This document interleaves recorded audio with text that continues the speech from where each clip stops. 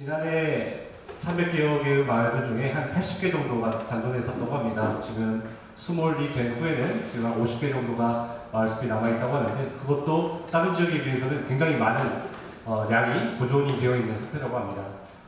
이 마을숲에 대해서 그 마을숲과 그리고 주민들의 생태 이야기 그리고 문화 이야기를 함께 전해주실 겁니다. 지난해 마을숲이라는 책자도 발간을 하시면서 조사를 많이 해오셨고요. 지난해 마을숲 말고도 전반적인 역사와 내용들을 많이 전 시간에 최기용 원장님도 그렇지만 우리 이번 시간 이형호 선생님도 많은 조사와 연구를 남기셔서 저희가 마을 조사를 나가거나 고민들을 할 때 굉장히 많은 자료들을 같이 검토하고 참고하고 그러고 있습니다. 현재 마령고 선생님이시기도 합니다. 이상훈 강사님을 모시겠습니다.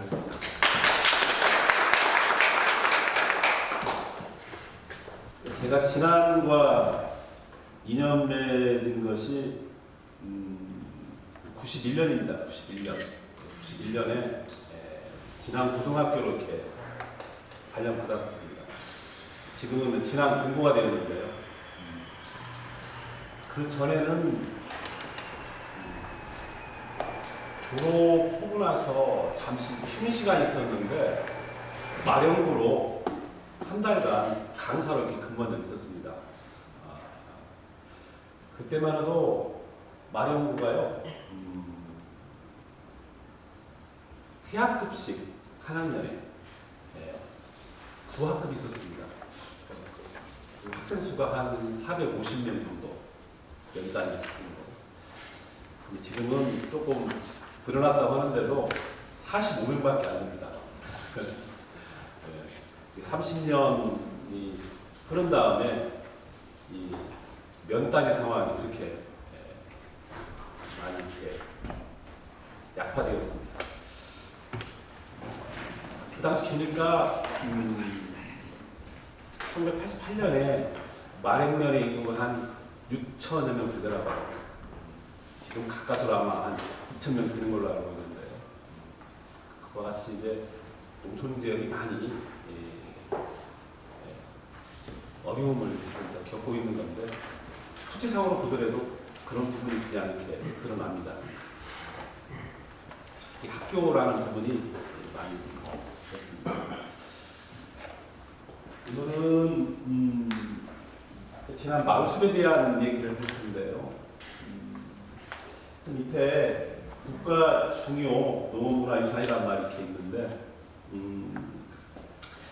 2015년에 갑작스럽게 그 지난 마을숲을 가지고 국가 중요 농업문화유산을 갖다 한번 신청해 보자, 지정받도록 하자. 좀 큰 준비 없이 좀 시도한 적이 있었습니다. 물론 잘 안 됐지만요.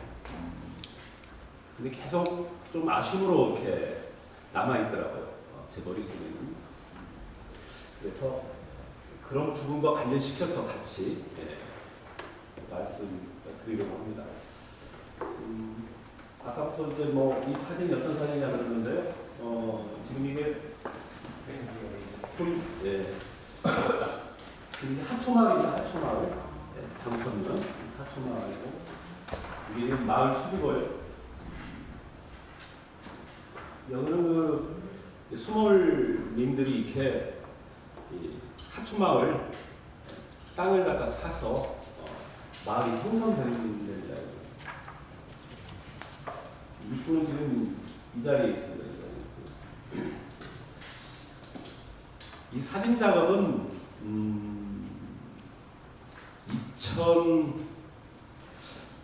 정확히 몇 년인가 모르겠는데요. 지난 문화원에서 앞 시간에 아마 강의했던 우리 최기용 원장님께서 그 헬기로 찍었던 사진 작업입니다. 그래서 우리 진안군의 그 마을마다 그런 사진 자료가 그때 이제 만들어졌습니다. 그냥 답사만 하다가 하늘에서 내려다 보니까 훨씬 더 어떤 마을 이해는 의식이 좋더라고요. 지금 그 지난 향토백과 그 책이나 진안 마을 진안 거기에 실려 있는 사진들이 전부 다 그때 자료입니다. 한국 사진. 그래서 어떤 마을을 갖다 입체적으로 이렇게 알 수 있는 부분입니다. 또 마을숲이 이게 마을숲인데요. 큰 특징은 이겁니다. 우리가 생각하는 그 뒷산에 있는 그런 숲이 아니고요.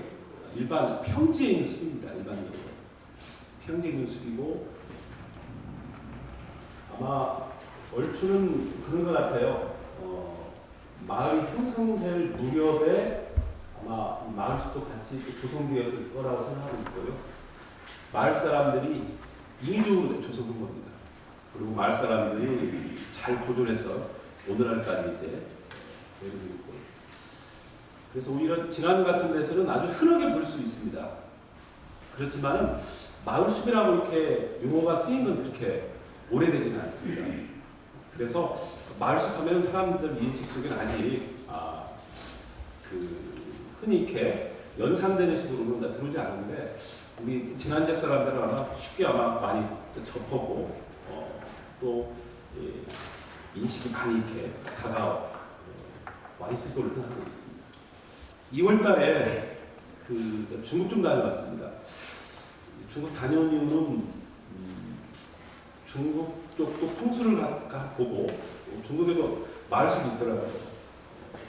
그러면서 다시 한번 진안의 마을숲을 국가 중요 농업문화유산으로 한번 지정하는데 다시 한번 노력을 지금 할까 하는 그런 부분에서 좀 힌트를 얻고자 중국을 좀 다녀왔습니다. 이 같은 일행이었는데요. 중국분, 저쪽 유럽 쪽, 그다음에 일본 분들이 이렇게 같이 이렇게 답사했고요. 풍수에 대한 답사를 했는데 우리나라하고 약간 이제 틀린 부분은 여기가 지금 샤먼인데 이게 그냥 한자 음으로 오면 그냥 하문입니다. 하문. 중국에 이 개화촌이라는 마을이 있는데 개화촌이 상촌, 하촌 그래요. 오늘 하촌인데 이게 지금 풍수림입니다. 이게 풍수림. 인위적으로 이제 조성하면서 잘 보존하고 있는데 중국의 마을들은 이 사당을 그런 명당터에다가 이렇게 짓고요, 모시고 또 그 뒤에 있는 숲을 갖다 아주 잘 관리하더라고요. 몇 군데를 봤는데 이 사당에 대한 이 개념들이 아주 강하더라고요. 여기는 이제 마시 사당인데 그래서 우리 그 풍수하고는 약간 차이가 있더라고요.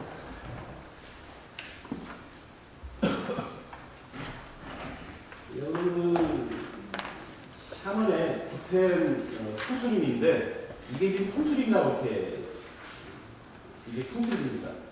중국에서 얘기하는 산에 있는 이 숲이 아주 잘 조성되어 있고 지금 이 건물은요 마오쩌둥이 회의했던 장소입니다. 회의. 예.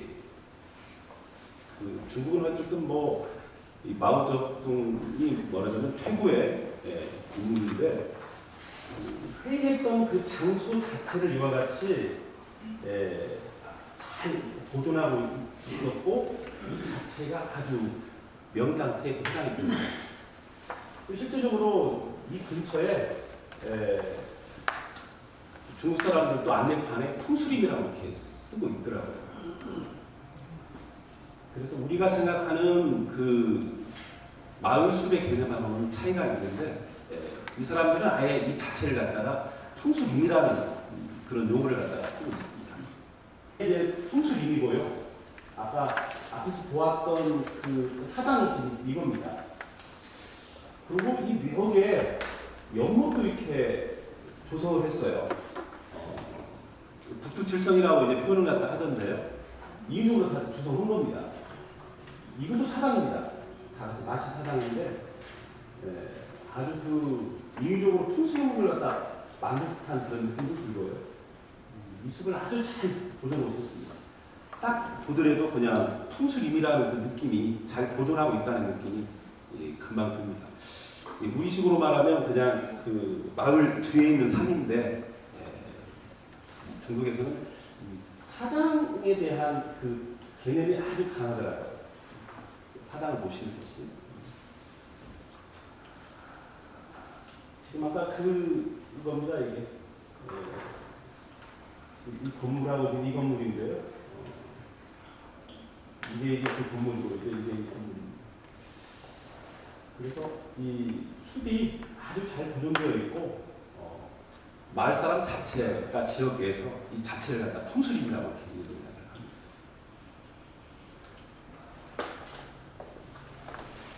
여기는 상촌 통수림인데요.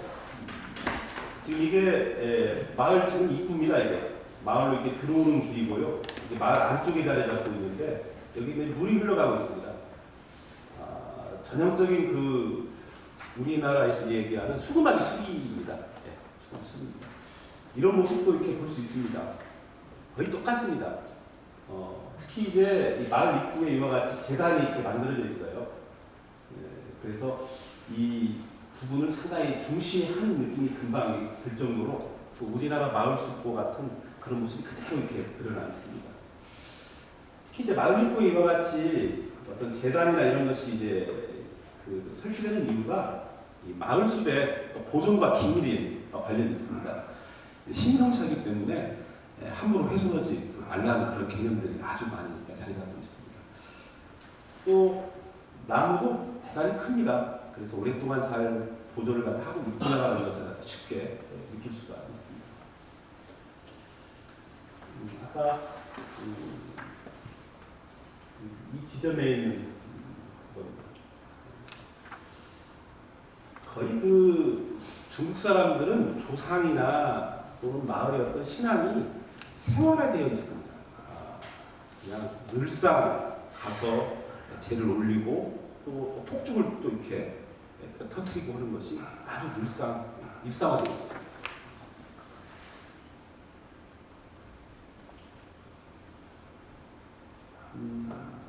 이거 삼원인데 마을 이름은 타파입니다.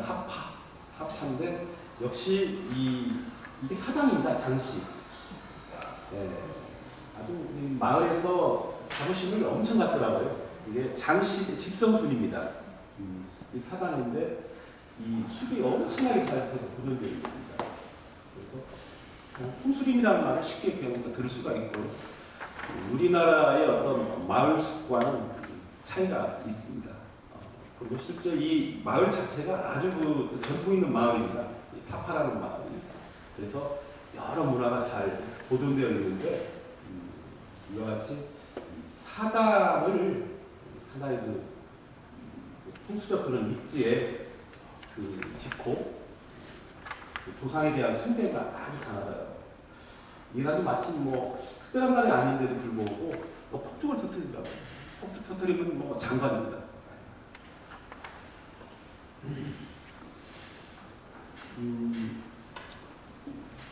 근데 이제 거기에 참석하신 분들 중에 풍수하시는 분 또는 생태, 조경 다양한 사람들이 이렇게 모였었거든요.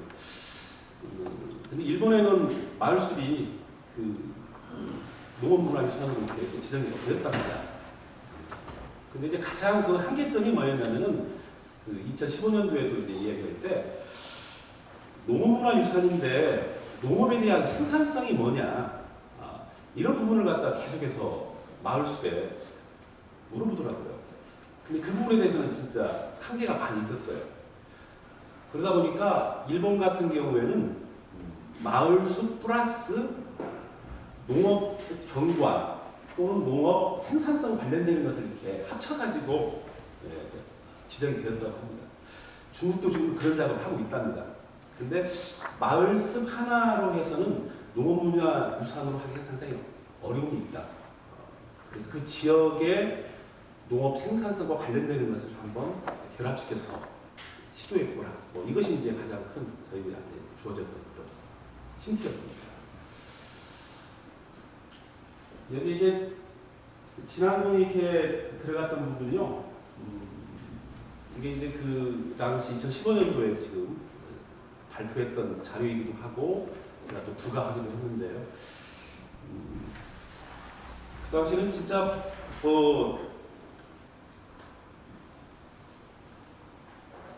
그렇게 치열하게 반드시 지정을 받아야겠다 이런 생각 안 했습니다.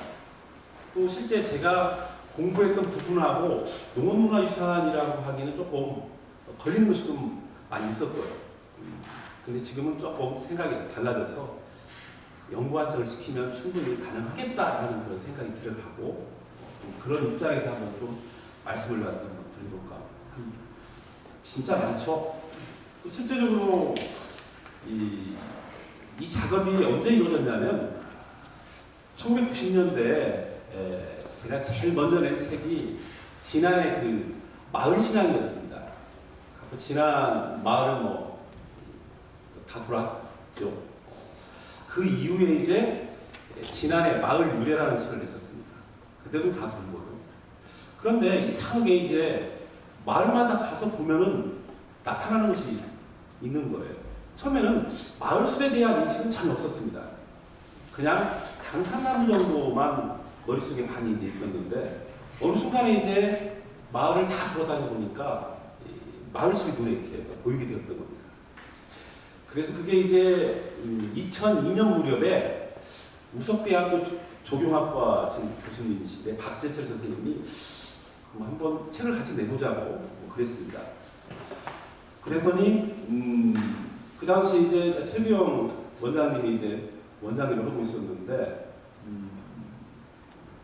제가 그랬어요. 이 책 한번 내면 나 괜찮을 것 같다고. 그랬더니 뭐라고 이거 내려고 하냐고. 그냥 우리 지역에 그냥 흔히 있는 건데 그래도 아마 내면 괜찮을 것 같다고 몇 번 설득을 했어요. 그래서 2002년에 이제 진안 마을수대라는 책자가 나왔어요. 근데 그게 오히려 외부에서 그 책을 달라고 많이 그랬어요. 산림청이나 일본 학자들이 와서. 산림청에서도 이런 말을 하더라고요. 우리가 할 일인데 조그마한 문화원에서 이런 작업을 했다고. 그러면서 이 진안 마을숲 책자가 수정판, 수정 증부판에서 3번 출판을 했습니다. 그리고 많은 사람들한테 어쨌든 홍보가 됐고요. 실은 아까 이제 한 80개 정도 이렇게 말하는데 그 정도 충분히 되고 또 실질적으로 이런 산간 지역에 있어서 이 마을 숲은 그야말로 생활과 밀접한 관련이 있더라고요. 그래서 수막이 형식으로 해서는 실은 거의 입지가 그러다 보니까 그 대부분 마을에서 조성했을 것으로 이렇게 생각이 됩니다. 어쨌든 많이 남아있는 편이고 서와 같이 큰 규모의 숲도 이렇게 많이 남아있고 진안이 어떻게 보면 대표적인 숲인데 이 속에는 다 문화랑 같이 이렇게 많이 곁들여져 있죠. 재작년에 이제 안중동에 지금 사시는 선생님도 이제 뵙게 되었는데 그 숲도 참 좋죠. 아까 처음에 보았더니 하초숲 진짜 좋고요. 또 이런저런 사연도 참 많은데 천천히 그런 부분 말씀드리도록 하겠습니다.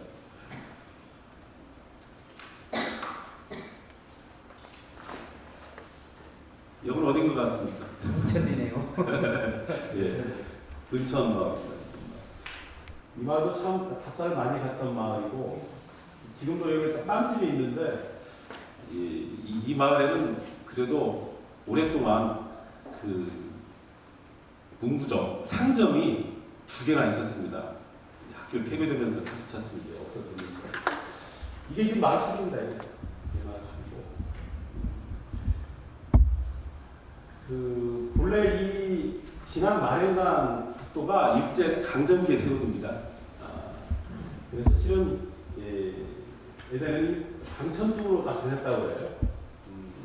지금 길이 이제 일부를 잘라놨는데 마을시도 아마 이렇게 되어 있습니다. 농업문화유산에 몇 가지 조건이 있는데 뭐 경관, 역사성, 뭐 생태성, 그다음에 농업 생산성 이런 것이 있는데 나머지는 다 들어맞더라고요. 근데 결국은 이제 농업 생산성 직접적인 부분이 이제 상당히 미약해서 그랬는데 보통 저는 이렇게 생각하고 있어요. 마을숲이 언제 조성되었느냐?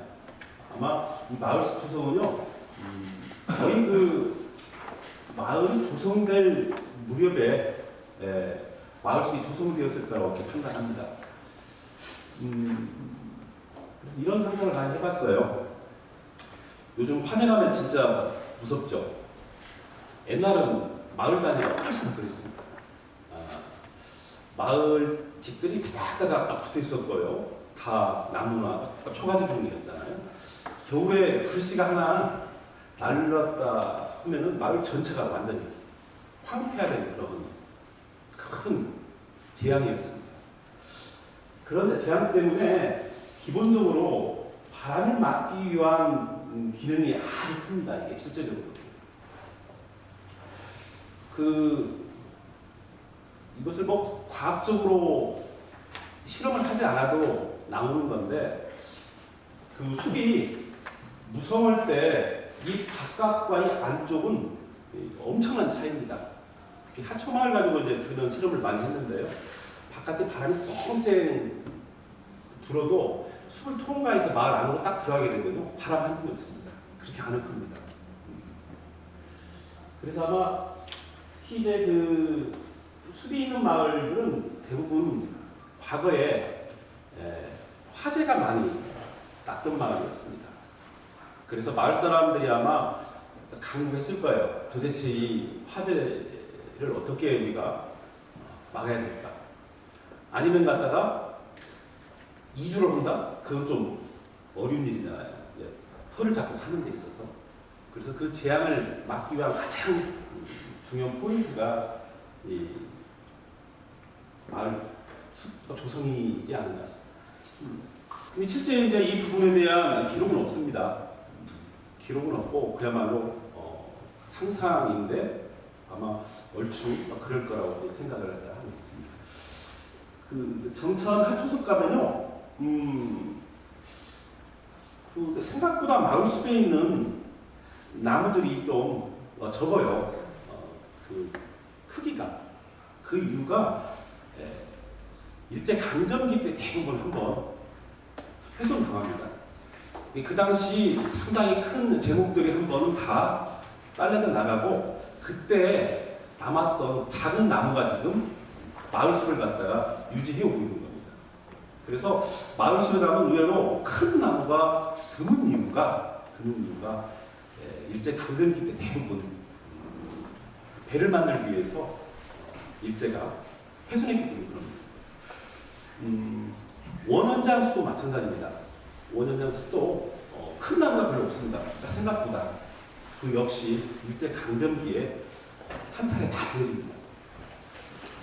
그 이후에 이제 어느 때 많이 표현되냐면요, 6.25 전쟁 때, 한국 전쟁 때 마을 숲이 많이 훼손됩니다. 그다음에 가장 최근에는 그 새마을 운동 때 많이 훼손됩니다. 우리 지역은 그런 사례가 조금 더 드문데요. 장수 가서 얘기 들어보면요, 새마을 사업 때 막 경쟁적으로 했답니다. 그런데 일정한 부분은 마을서 돈을 마련해야 됐습니다. 다리 놓거나 아니면 전기를 갖다가 들어올 때요. 그러다 보니까 그 당시 같이 있었던 것이 나무였습니다. 땔감. 그래서 장수 어느 마을 가보면 몇천 평 되는 그런 마을 숲이 있는데 마을 안쪽 것은 안 베고 마을 바깥쪽 것을 다 비웠어요. 그래서 그 당시 이제 새마을운동에 그 예산으로 이제 투입했다고 합니다. 정천 하초 마을 같은 경우에 보게 되면 마을 안쪽에 그와 같이 한 수영 300여 년 정도 되는 그런 강산나무가 이렇게 있습니다. 아까 말씀드렸던 부분이었고 진짜 뭐 멋진 숲이죠. 조금 사진이 좀 흐릿한데 마을 숲의 가장 그 중요한 기능 중에 하나는 이 수구막이 비보풍수 개념입니다. 그런데 이 비보풍수 개념에서 단순하게 그 마을 입구로만 이렇게 숲이 조성되는 것이 아니라요. 이렇게 봐서 이제 이게 우백호 맥이고 이게 좌측문 맥이라면요, 산맥도 약한 경우에는 마을 숲을 갖다 조성을 합니다. 그래서 우선에는 마을 숲의 어떤 범위를 갖다가 단순히 마을 입구에 있는 그런 숲만이 아니라 그 마을을 둘러싸고 있는 뭐 좌측문 맥이나 우백호 맥까지 거기에 이제 인위적으로 이제 조성이 되어 있으면 그 부분까지도 마을 숲의 그런 개념으로 이렇게 집어넣습니다. 특히 풍수적으로 그 부분을 이해할 수 있으니까 그렇습니다. 지금 이것은 여기에서 지금 찍은 사진이 그 마을입니다. 죽당 마을인데 이게 이제 마을 입구에 소나무 숲이고요.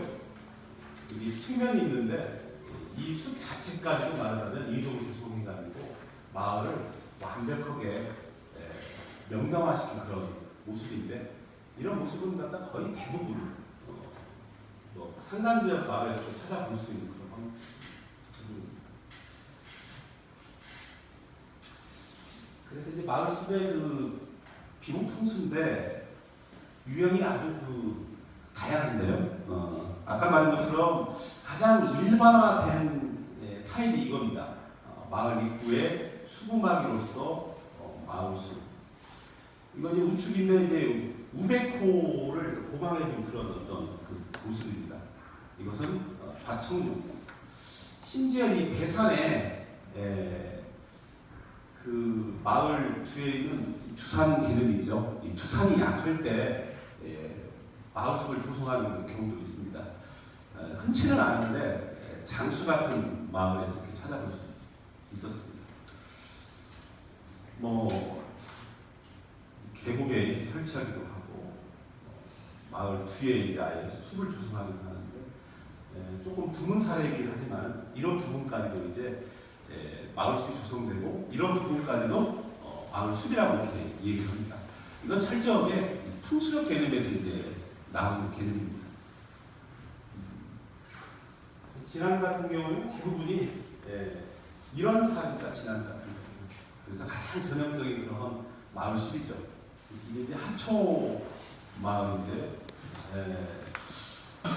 제가 1991년에 아까 왔다고 했는데, 91년에 이제 박사하면서 큰 길가에 봤을 때 마을 흔적이 전혀 안 보이니까 그냥 지나쳤는데 그 입구에 마을 이름이 있는 거예요. 도대체가 무슨 마을이 있길래 이렇게 안 보이지 하면서 이제 지나갔었습니다. 이 하초마을하고 몇 개 그 마을 숲은요, 그 저희 그 선생님이신 최창조 선생님이라고 계십니다. 그분이 그 전화가 왔어요. 한국 미를 촬영하는데 그 풍수 부분을 촬영한다는 거예요. 그래서 전형적인 풍수 입지가 있는 마을을 갖다 몇 개 소개가 오더라고요. 그래서 이 마을을 갖다 이제 소개시켜줬습니다. 그래서 그 KBS에서 아마 예전에 아마 들어보셨을 겁니다. 한국의 미라는 한국 미 중에 풍수라는 그 편이 있는데 이 하초숲이 아주 잘 소개되고 그때부터 이제 소개되었던 마을입니다.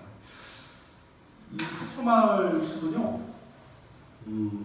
심지어 그 노르웨이 농업대학에서 박사학위 논문을 갖다 쓴 장소이기도 합니다. 이게 오히려 우리나라에서는 안 알아줬을 당시에 90년대에 오히려 이 북유럽에서는 오히려 이게 상당히 매력 있게 다가왔던가 봅니다. 그래서 흔쾌히 그 교수가 이 지역을 가지고 좀 문화인류학적인 부분이 있는데 경관적인 부분,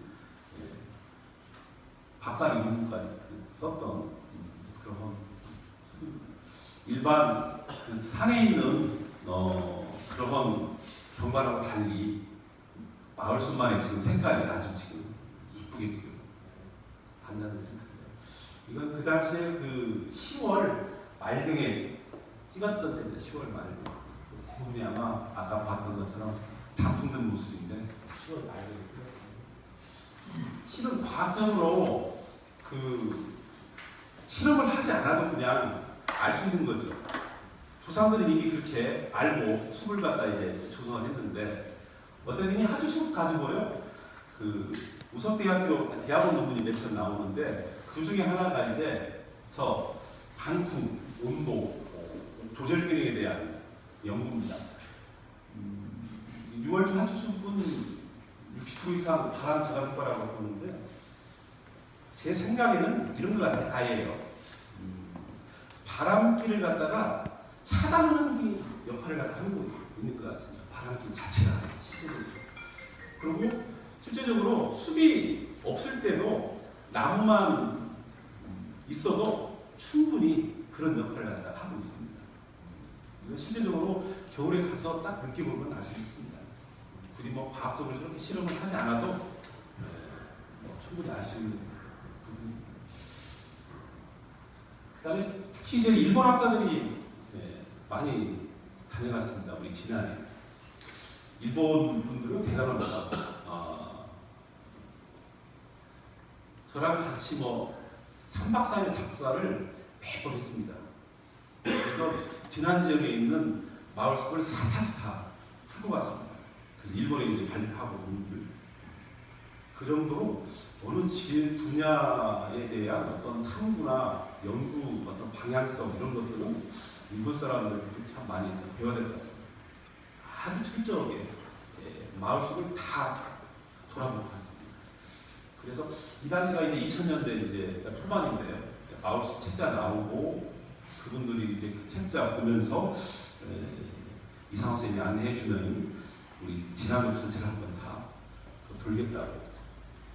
그 정도로 말하자면 오히려 외부에서 먼저 관심 가지고 찾아오고 연구하고 지난 지역이 이제 그렇게 이제 안내했어요. 홍성기라는 분인데 처분이 이제 낸 겁니다. 하초숲을 랜드스케이프 앤드 미닝에서 노르웨이 농업대학입니다. 농업대학인데 거기서 이제 박사학위로 이제 이게 이제 하초 마을 숲입니다. 이게 좀 과학적으로 연구를 갖다 좀 했다고 하는 건데요. 그냥 가보시면 그냥 알 수 있습니다. 가보시면 알 수 있습니다. 오늘 발표 때도 이렇게 해야 인식이 있다고 이 얘기를 하는데 좀 때로는 답답한 거죠. 그런 것들이 실은 다 생태 쪽 하시는 분들이 또 이 마을숲에 대한 연구도 많이 하고 있는데요. 생태뿐만 아니라 분야별로 또 이렇게 많이 있습니다. 심지어는 갖다가 마을숲에 있는 곤충만 연구하는 사람이 있고요. 마을숲에 있는 새만 연구하는 사람이 있습니다. 마을숲 내에 있는 뭐 야생화를 연구하는 사람이 있고요. 요새는 갖다가 그 마을숲이 상당히 큰 범위가 되어 있고 분야별로 이렇게 따로따로 이렇게 나누고 있습니다. 생태 쪽에 얘기하시는 분들 얘기 들어보면은 이 마을숲이 여러 가지 농업적 기능이 있다고 하는데 일단은 이런 기능입니다. 기본적으로 화력수기 때문에 뭐 약간은 좀 이렇게 과장된 생명도 있겠지만 마을숲 주변에 있는 논밭이 훨씬 더 농업 생산량이 있다고 얘기를 합니다. 낙엽이 이제 뭐 썩고 그런 부엽토 역할을 하기 때문에 그런 부분이 있고요. 그 다음에 이 바람을 막아주기 때문에 기본적으로 이 안쪽이 온도가 높습니다. 그래서 생육에도 아주 좋다고 얘기를 합니다. 그래서 어떻게 보게 되면은 마을숲이 직접적인 농업 생산물을 가져다 주지 않지만은 오히려 간접적으로 더 큰 이점을 갖다 주고 있는 거죠. 어떻게 보게 되면 특히 은천 같은 경우에는 이 재방림 역할을 이렇게 하거든요. 그건 결국은 어떤 역할까지 하는 거냐면 농지를 갖다가 보호해주는 역할까지 같이 있는 거거든요. 그런데 이 부분에 대한 설명을 상당한 시간을 갖다 할애해서 그 당시 신청할 때 가서 얘기를 했는데 결국 돌아오는 질문은 그러면 어쨌든 직접적인 농업 생산물은 뭐냐 이제 계속 이러더라고요. 무척 답답했고 그러다 보니까 이제 뭐 마을 순대 버섯 재배하는 모습, 마을 순대 또 뭐 낙엽, 마을 순대 어떤 두엄짜리 만든 거 이런 것을 갖다 이제 몇 개 보여주긴 했는데 그 인식까지는 갖다가 다가오지 않더라고요. 그래서 그런 점들이 무척 한계점이었고 이 당시 만들 때도 그런 측면을 많이 이제 이 얘기를 했던 것인데 그게 쉽지는 않더라고요. 신장로입니다. 지나가는 이제 마당 사이. 실은 가서 보시면 알겠지만은 이쪽에도 또 숲이 있습니다. 그래서 과거에 이게 하나의 숲이었구나라는 걸 갖다가 금방 느낄 수가 있는데요. 그래서 어쨌든 뭐 이런 식으로 이렇게 지금 현재 모습을 보고 있습니다. 문전옥답이라는 말 있잖아요. 진짜 문전옥답은요 확실하게 농업 생산력에서 차이가 납니다. 바로 그 자기 집 앞에 있는 논밭이요. 그런 의인들이 지금 이런 식으로 이제 설명을 했는데 쉽지는 않더라고요.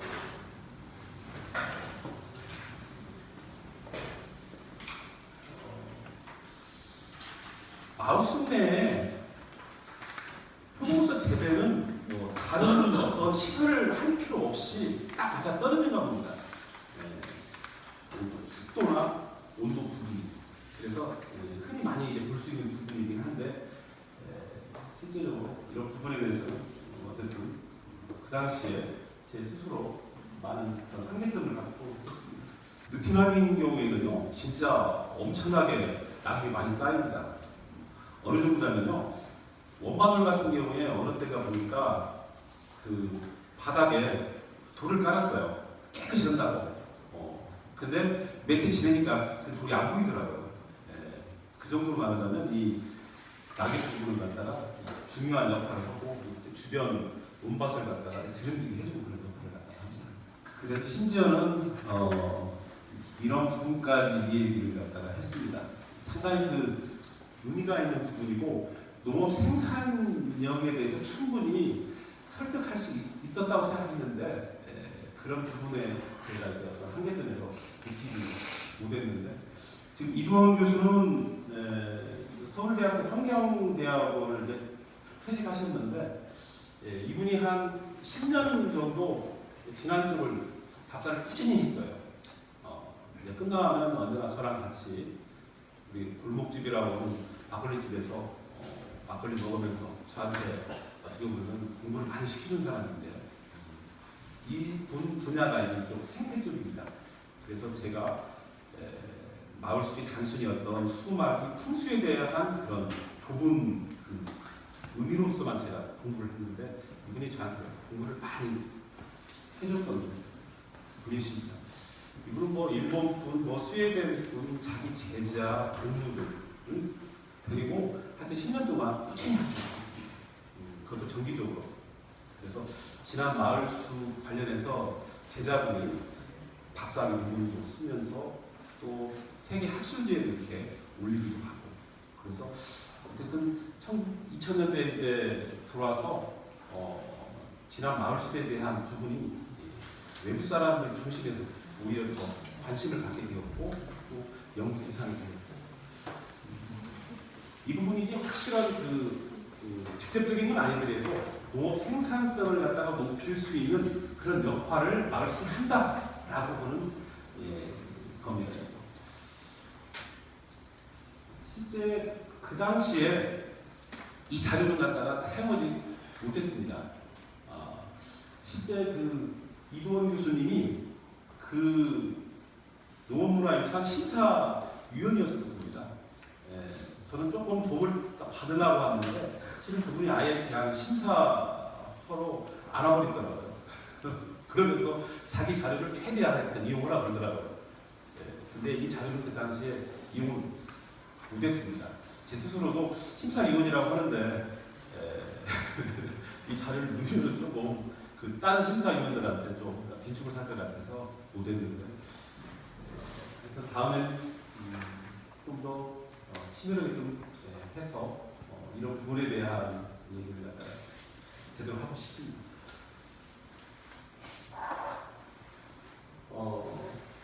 전통문화인데 아마 여기 오신 분들은 다 알 것 같은데 이 거북이에 대해서는요 너무 유명하죠. 마을숲이 보존을 하게 되었던 수백 년 동안 지금까지 유지될 수 있었던 중요한 요소는 두 가지입니다.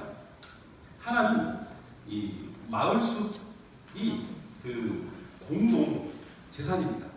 마을 땅입니다. 지금은 군 땅으로 많이 넘어갔는데요. 그러니까 실은 누가 팔아먹지 못한 겁니다. 그리고 마을 사람 인식에서는 갖다가 그게 중요했던 겁니다. 왜냐하면 마을이 어떻게 보면 존망, 또 마을 안에 있었던 농사가 잘 되느냐 못 되느냐가 있었기 때문에 몇천 평 되는 땅을 농사 지을 수 있는 땅을 마을 숲으로 말하자면 이용했던 거죠. 그런데 그 당시 아마 땅값은 별로 이제 안 비쌀 터인데 서서히 이제 땅값이 이제 올라가니까 일부 땅을 갖다 이제 떼어서 이렇게 파는 그런 마을들이 좀 있더라고요. 그래서 마을 숲 개념이 오랫동안 유지될 수 있었던 것은 그 땅, 그 소유를 갖다가 마을로 했기 때문에 그렇습니다. 두 번째는 이겁니다. 신앙성입니다. 신앙성, 신성성. 가령 이런 거죠. 이 당산나무의 나뭇가지를 땔감으로 쓰면은 마을이 궁피가 난다. 마을 사람이 죽는다.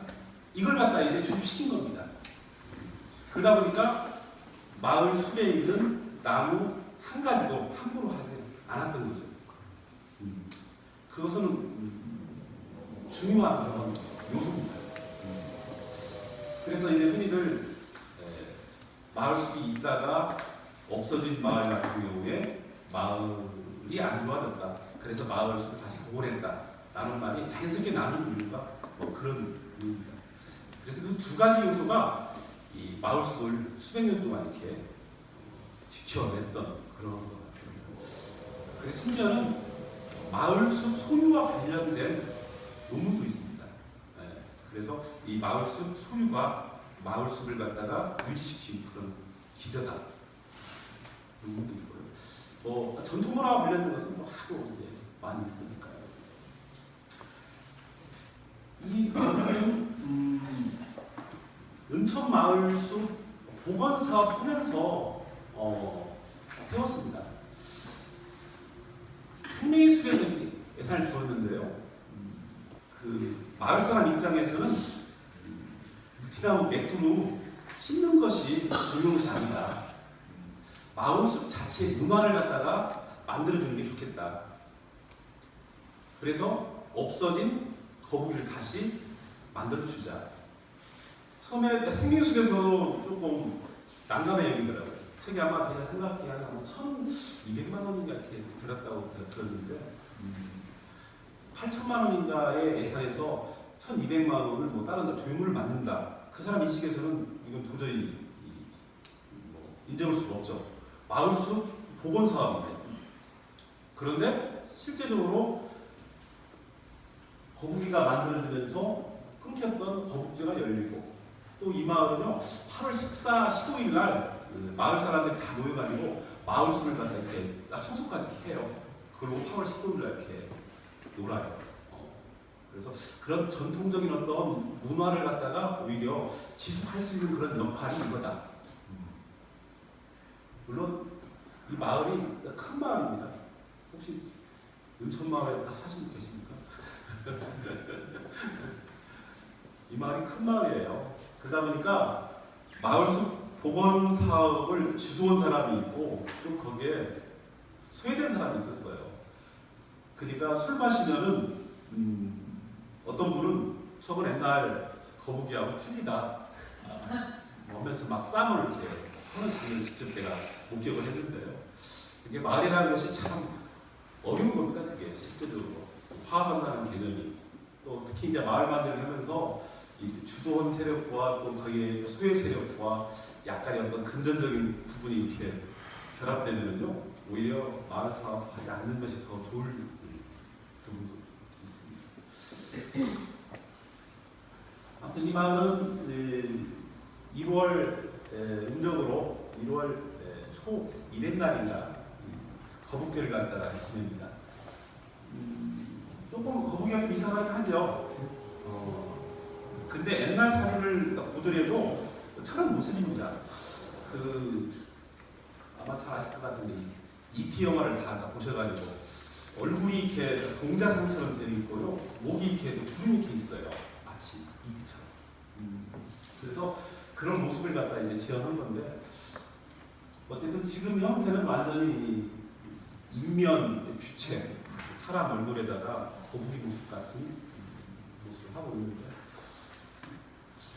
아무튼 많은 사람들이 이렇게 지나다가 이렇게 보면서 기괴가 여기는데 그런 사연이 있는 그런 거북이입니다. 이 거북이가 수신 역할을 합니다. 수신. 그래서 은천마을도 과거에 화재가 나가지고 마을 자체가 그냥 완전히 없어졌다고 해요. 그래서 김인년 무렵에 어떤 스님이 지나가면서 마을 숲도 조성하고 거북이도 이렇게 세우라고 이렇게 했다고 합니다. 근데 이런 풍수가 있잖아요. 과거에 보게 되면은 이 수도를 정할 때 그런 풍수와 그 냉각이 똑같습니다. 실은 마을로 내리는 것이요. 심지어 여기는 어떤 얘기가 되어 있냐면요, 5개의 연못을 팔아, 그리고 그 속에다가 용의 형상을 갖다가 집어넣으라, 이런 얘기가 있습니다. 이게 우리 경복궁 짓는 사례가 똑같습니다. 그래서 실은 광화문 앞에 있는 해태상이 이 거북이 모습입니다. 실은 거북이입니다. 그리고 경회루라는 연못이 이렇게 있죠. 그게 이제 유사시에 쓰는 방화수입니다. 그리고 언젠가 경회루를 준설 작업을 했는데요, 용 형상이 벌써 나왔습니다. 용 형상. 근데 그런 풍수가 마을까지 이렇게 내려온 겁니다. 이런 사례는 좀 많습니다.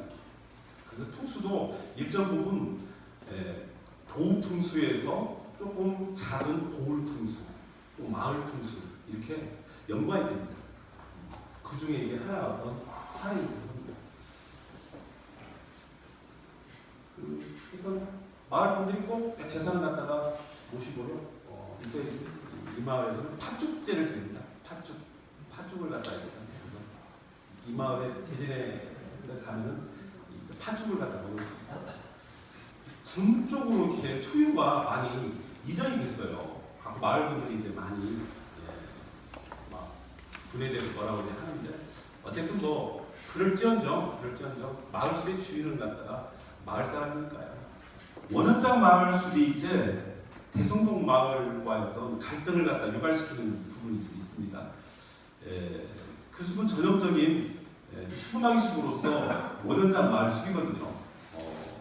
근데 실제적으로 혜택 보는 마을은 대성동 마을인데, 제가 몇 년 전에 생명숲에 또 아름다운 마을 숲을 갖다 또 한번 신청을 했었어요. 원현장 마을 숲을. 그런데 그분 입장이 뭐라고 그러냐면, 진짜 좋은 숲인데요, 상을 주게 되면은 두 마을 간에 쌈이 나서 상을 못 주겠다고 그러더라고요. 예. 원현장 마을 사람들은 그 인식이 아주 강해요. 이 마을 숲은 우리 거다. 그리고 대성동 마을 사람들이 우리 마을 숲을 갖다가 함부로 해서 나무가 몇 그루 죽었다. 몇 그루 죽었다는 말까지 합니다. 근데 대성동 사람들은 그런 인식은 조금 덜은 것 같아요. 오히려 이용 더 그리고 실은 주변 집들 지어지면서 마을숲이 많이 이렇게 잠식이 된 그런 상태입니다. 그 마을숲도 과거 일제 강점기 때 배 만들려고 한번 베어진 숲입니다. 그래서 나무가 생각보다 크지 않습니다. 그 숲 같은 경우는 아까 이도 쌤이 계셨는데 그분이 야생화 샘플을 갖다가 이렇게 다 조사를 했습니다. 그랬더니 그 숲 내만 해서 뭐 20여 가지의 어떤 그런 샘플을 갖다가 했습니다. 은천마을은 제가 좀 추억도 많았는데 제 짝꿍이 초등학교 근무하는데 거기에 근무한 적이 있었어요.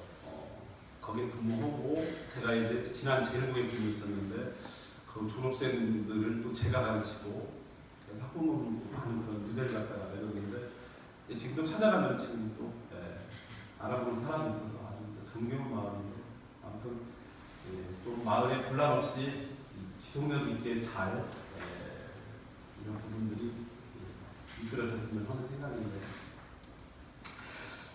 근데 묘하게 저도 지금도 정확히는 왜 지난해 돌거북이가 많은가에 대해서 정확히 제가 해답을 갖다가 못 본 셈인데요. 일단 기본적으로 화재매기 때문에 많이 돌거북이를 만듭니다. 근데 묘하게 인근 마을에서 또 만들고 도난 당하면 또 독공장 가서 다시 또 만들어서 이렇게 하고 그런 신앙은 묘더라고요. 이게 얼핏 생각하면은 현대화되면서 이런 마을 신앙들이 많이 없어진다고 하는데 진화는 또 다른 측면이 또 많이 있더라고요. 오히려 돌탑 쌓는 것도 마찬가지고 생각보다 그런 부분들이 의외로 마을에 많이 이렇게 남아 있습니다. 그런 것들이 이제 마을의 어떤 구심점이 되고 좋은 방향으로 이렇게 나가야 되는데 어쨌든 마을이라는 것이 각기 다양한 사람들이 이렇게 모여 있다 보니까 여러 어려움도 이제 많이 있는데 어쨌든 마을 숲 내에 있어서의 이 전통 신앙이라는 것은 마을 숲을 갖다가 유지시키는데 아주 중요한 그런 요소로 있고 지금도 계속해서 이런 것들이 복원되거나 계속해서 제가 지금도 진행되고 있습니다. 여러분 어느 숲인지 아시죠? 어느 숲이에요? 아까 말씀하신 원원장 마을. 보면은 진짜 농토가 넓죠. 이 농토 보존하는 그런 역할을 하는 것 같아요. 실은 이 범위가 더 넓었을 거라고 생각하고 거의 완벽하게 원원장 마을을 갖다가 비교하는 그런 개념의 그런 숲이었던 것 같습니다. 이건 마이산 등반하면서 제가 자주 이 마을 보면서 이렇게 찍었던 건데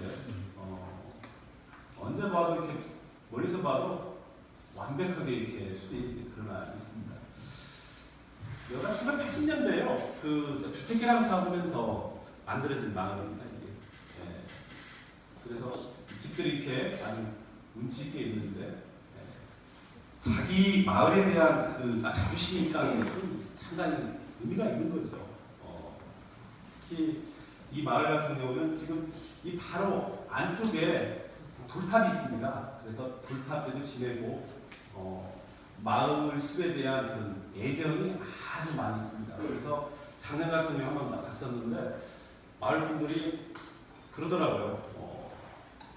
대성동 마을에서 방치해서 맥구루가 지금 죽었다. 그래서 제가 한번 다시 한번 봤어요. 진짜로요. 그때 맥구루가 진짜 죽어 있더라고요. 그렇게까지 섬세하게 마을 사람들이 자기 어떤 인식을 갖다가 하고 있는 숲입니다. 주변에 이제 도로가 이렇게 나여 있어요. 도로가 나여 있고 건물 지으면서 많이 지금 잠식되어 있는 상태입니다. 지금 저기 전국 마을 숲이 1346개 이러는데 저건 실은 제대로 된 통계는 아닙니다. 과거에 산림청에서 조사한 건데 저것은 전혀 전국적인 조사를 갖다가 하지 않은 상태 속에서 나온 수입니다. 왜냐하면 지금 지난 마을수 책자 나온 이후에 임실 마을수, 장수 마을수, 남원 마을수 이런 책자 다 나왔습니다. 아주 근사하게 더 보통 이쪽 지역은 마을수이 거의 다 있다 하고 거짓말이 아닐 정도로 거의 다 있습니다. 그래서 저희가 좀 빨리 했을 뿐이지 어떻게 보면 이 장수에도 방이 있고 남원에도 방이 있고 이 산간 지역에는 일반화된 그런 경관인 것 같다는 느낌이 듭니다. 조상이 그렇게 이제 살아왔기 때문에 자연스럽게 어느 지역이나 다 마을수가 자연스럽게 조성되었을 것으로 하는데 이때는 조금 이런 부분을 조금 과장한 측면이 좀 있는데 어찌되었든 간에 그래도 지난 마을수에 대한 인식은 마을 사람들이 다 갖고 있더라고요. 함부로 하지 않아야 되겠다. 없어진 마을수를 좀 복원해야 되겠다. 이런 의지가 딴 지역에 비해서 아주 강한 것 같습니다. 재미있는 논문도 있는데요. 마이산 주변에 마을마다 대부분 마을수가 있습니다. 일반적으로 그 돌산은요 어떤 인식이 있냐면 마을에서 봤을 때 좋지 않은 인식이 있습니다. 그리고 화기가 있다고 해서 그런 돌산을 막으려고 일반적으로 그럽니다. 그러다 보니까 그런지 모르겠지만 마이산 주변에 있는 대부분의 마을들은 좀 멀리 있는 마을이고요. 마을 수도 있고 마이산을 가리려고 일반적으로 해요. 주변에 보게 되면 대부분 지금 마이산이 이렇게 마주보고 있는 마을인데 대부분 있습니다. 심지어는 원마을 마을에도 있죠. 입구에 오케레미콘이 있는데요.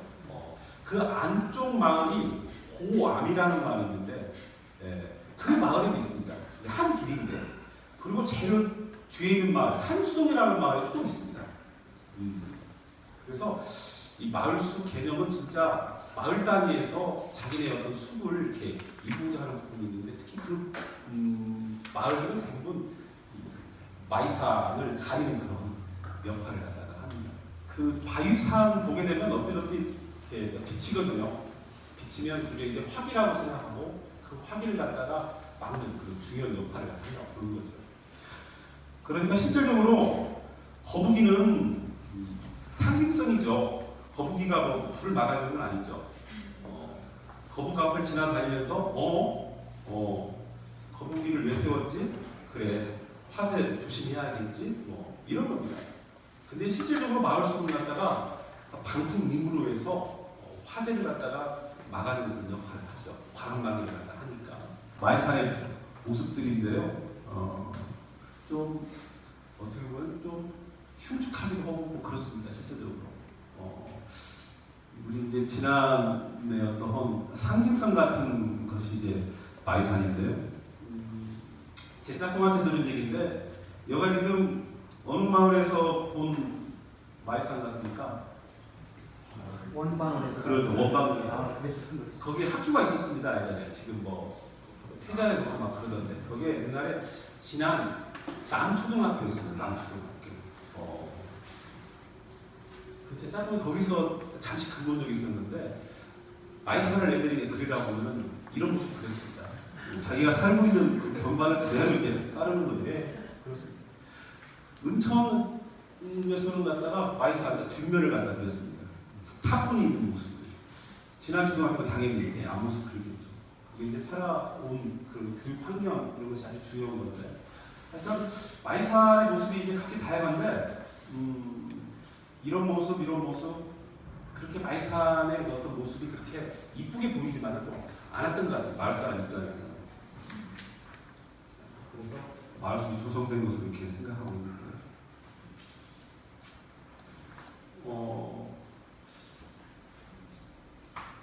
이런 모습은 그렇게 또 이쁘지 않죠. 타프니 현상으로 이렇게 되어 있어가지고 이거는 원가림 마을숲입니다. 여기는 이제 그 상수리나무로 이렇게 조성이 되어 있습니다. 그러니까 이게 이제 상징성도 있고 한데요. 가령 이 마을숲은요 마을이 상당히 멀리 있습니다. 그래서 저게 마을 숲일까 싶은데요. 마을 사람 입장에서 어떻게 해서 하냐면 넓은 면적으로 해서 마을 숲을 조성하는 것보다는 아주 이 마을 사람 입장에서는 그야말로 이 수구지전에 좁은 지역에 마을 숲을 다 조성했어요. 그래서 어떤 상징성의 어떤 역할이 있는 것 같습니다. 은천 마을인데 네, 이 모습. 여러분은 어디 들어갔습니까? 네, 원마을이죠, 원마을. 네. 이게 지금 숲입니다. 여러 가지 생태계 부분에서도 이제 다양성 있게 이렇게 나타나는데요. 아까 말씀드린 것처럼 마을 숲 내에 곤충만 연구하는 분이 있고 새만 연구하는 분이 있고 야생만 연구하는 분이 있고 그렇습니다. 세 번을 해가지고 처음에 이제 이 마을 갔더니 이게 그냥 넘어져 있어요. 그래서 왜 그러냐고 했더니 일본 놈이 뭐라고 그러는 거예요. 마을 분들이. 그리고 뭐 6.25 때는 뭐 총 맞았다고 그러면서. 그래서 이제 한번 제가 탑본에서 한번 글을 읽어봤어요. 이게 이제 마을 분들은 전혀 그 내용을 갖다가 모르고 있었던 거죠. 그래서 알고 봤더니 이게 이제 일제 강점기 때 조선 총독부에서 세운 줄사철 천연기념물, 북방 한계에서 그런 천연기념물 표주색이었습니다. 그래서 그 다음 알고는 갖다 이제 바로 세워 놓으라고 마을 사람들이 바로 세워 놨더라고요. 근데 여기는 표지판이 없어서 그냥 지나가기가 쉬운데요. 어쨌든 이 줄사철 나무에 관련된 그런 부분이고 지금 그 마을 앞에 있는 줄사철 나무는 본래 있었던 것은 죽었습니다. 그 작은 나무를 새로 이렇게 지금 심어 놓은 겁니다. 그래서 마을 숲 내에 아주 다양한 그런 부분들이 있게 서촌마을이라고 아시는가요? 네. 저 여기 나가 그래요. 네. 그러시군요. 네. 잘 모르는 분이 좀 있더라고요. 네. 서촌마을이 어딘지. 네.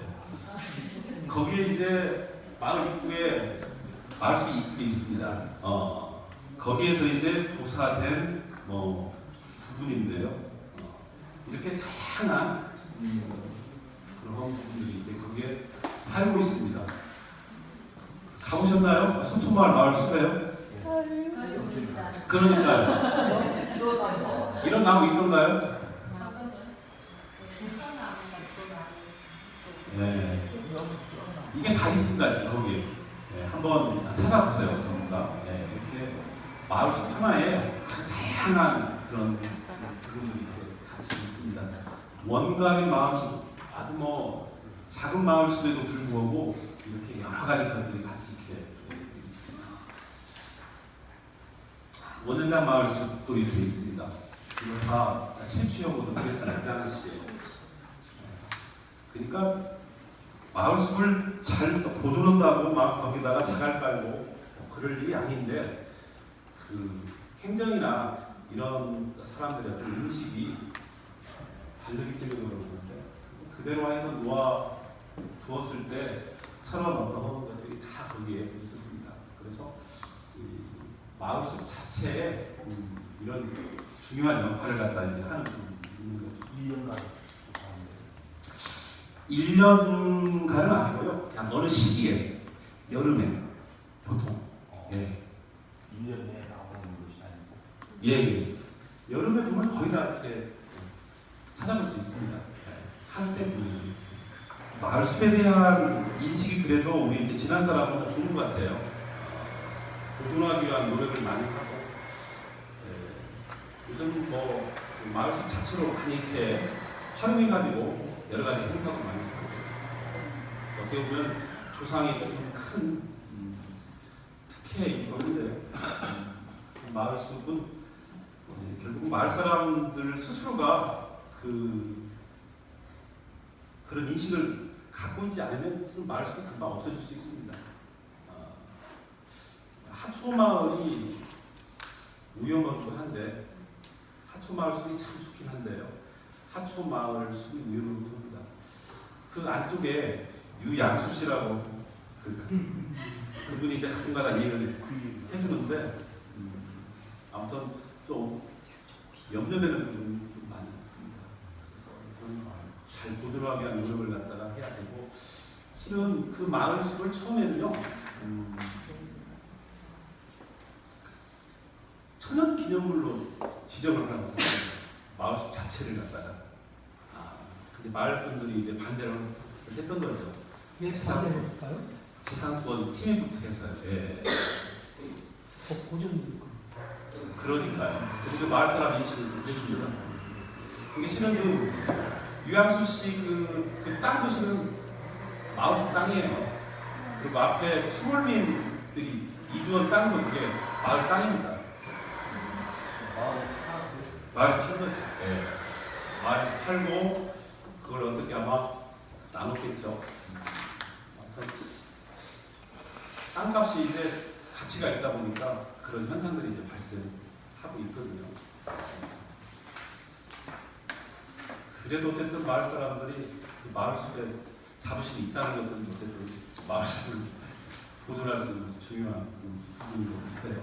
그 당시 막 그 서류 낼 때요, 저렇게 마을 서명도 갖고 이렇게 있는데 실은 그 농업문화유산이 별것도 없더라고요. 지금 금산에 인삼이 지금 지정되어 있고요. 보성의 차, 그 다음에 그 제주도의 그 밭담, 그 다음에 청산도의 구들장 놈, 뭐 이런 것이 지금 문화유산입니다. 그렇기 때문에 마을숲이 가지고 있는 여러 가지 측면은 상당히 부합될 수 있는 부분이 있는데 그런 한계들도 있지만 그래서 마을숲과 무엇을 플러스 시켜가지고 농업문화유산으로 이렇게 한다면은 훨씬 더 어떤 지역을 갖다가 알리고 우리 진화이라는 어떤 이미지를 갖다 심어줄 수 있는 그런 거라고 생각하거든요. 그러니까 실제적으로 지금 아까 말씀 나눴는데 이 지질공원이라는 것이 지금 잘못된 겁니다. 실은요. 지질만 갖고 될 섬이 아니거든요. 또 영어로 보게 되면 그건 지질공원이 아닙니다. 실은요. 잘못 지금 얘기된 겁니다. 지질로만 안 되니까 거기도 뭐 문화, 역사를 집어넣는 건데 그 용어를 갖다 치면 바꿔야 됩니다.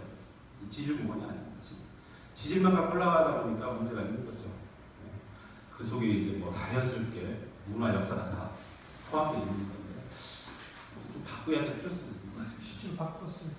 아, 바꿨습니까? 네. 아, 전에 지질과 봤는데 네. 지금 이제 그런 역사 그런 다 포함시켜가지고 예, 예.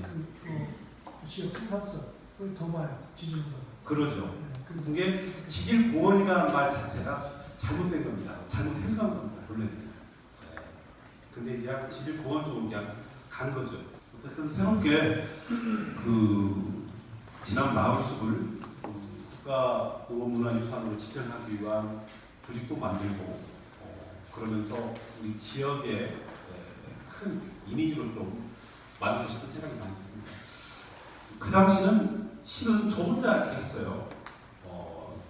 저 혼자 했으니 뭐 한계점이 얼마나 했겠어요.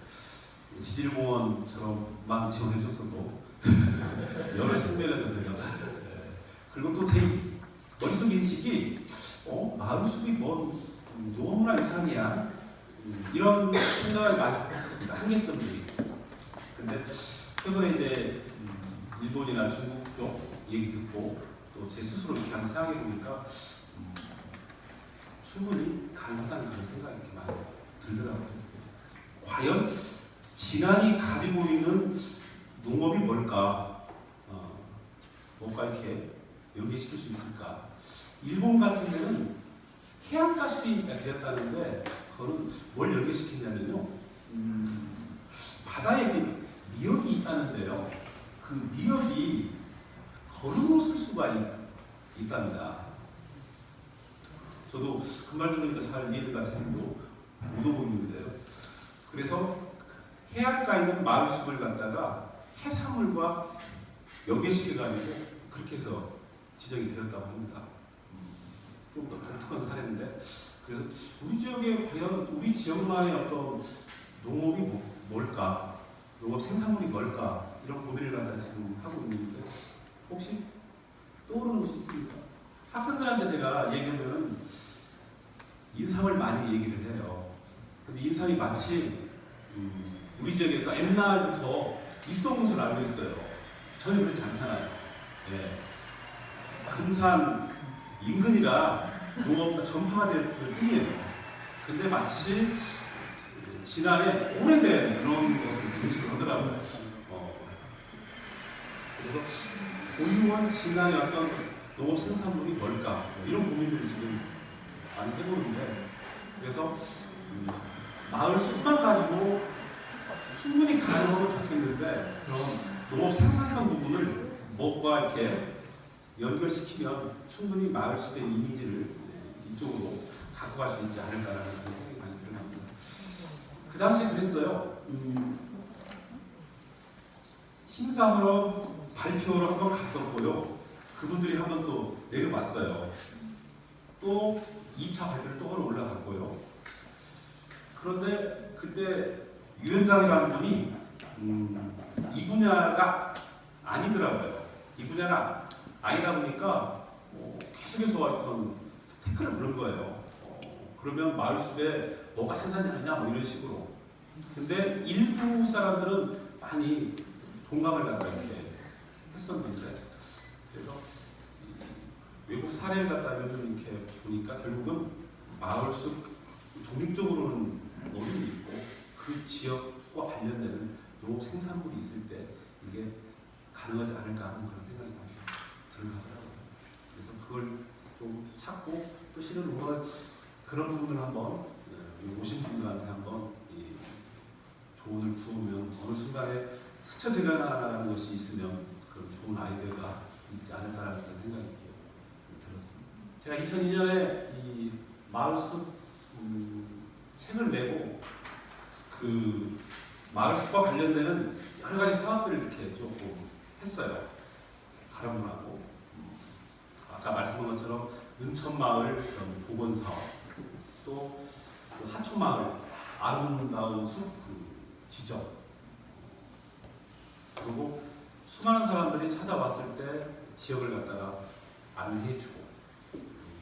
그래서 최근에는 제가 민속신앙에 관심이 많고 또 그 분야를 갖다 이렇게 하는데 최근에 와서는 그냥 이 마을숲 한 분야가 실은 제 전체가 된 그런 느낌이 있는데요. 특히 이제 이 마을숲에 대한 인식이 이제 많은 사람들이 긍정적으로 호의적으로 이렇게 가지면서 저는 이제 지난 출신은 아닌데 지난 사람이 다 좀 더 같다.